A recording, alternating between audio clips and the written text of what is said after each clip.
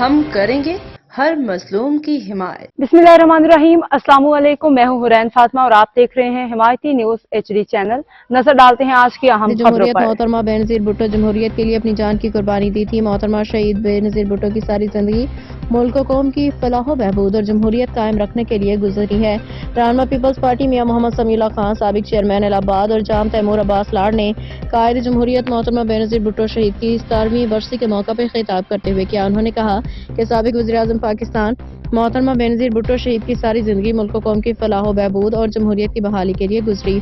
मोहतरमा बेनज़ीर भुट्टो शहीद की 17वीं बरसी की तकरीब पीपल्स पार्टी के रहनुमा साबिक चेयरमैन यूनियन काउंसिल इलाहाबाद के डेरा में मुनाकिद हुई।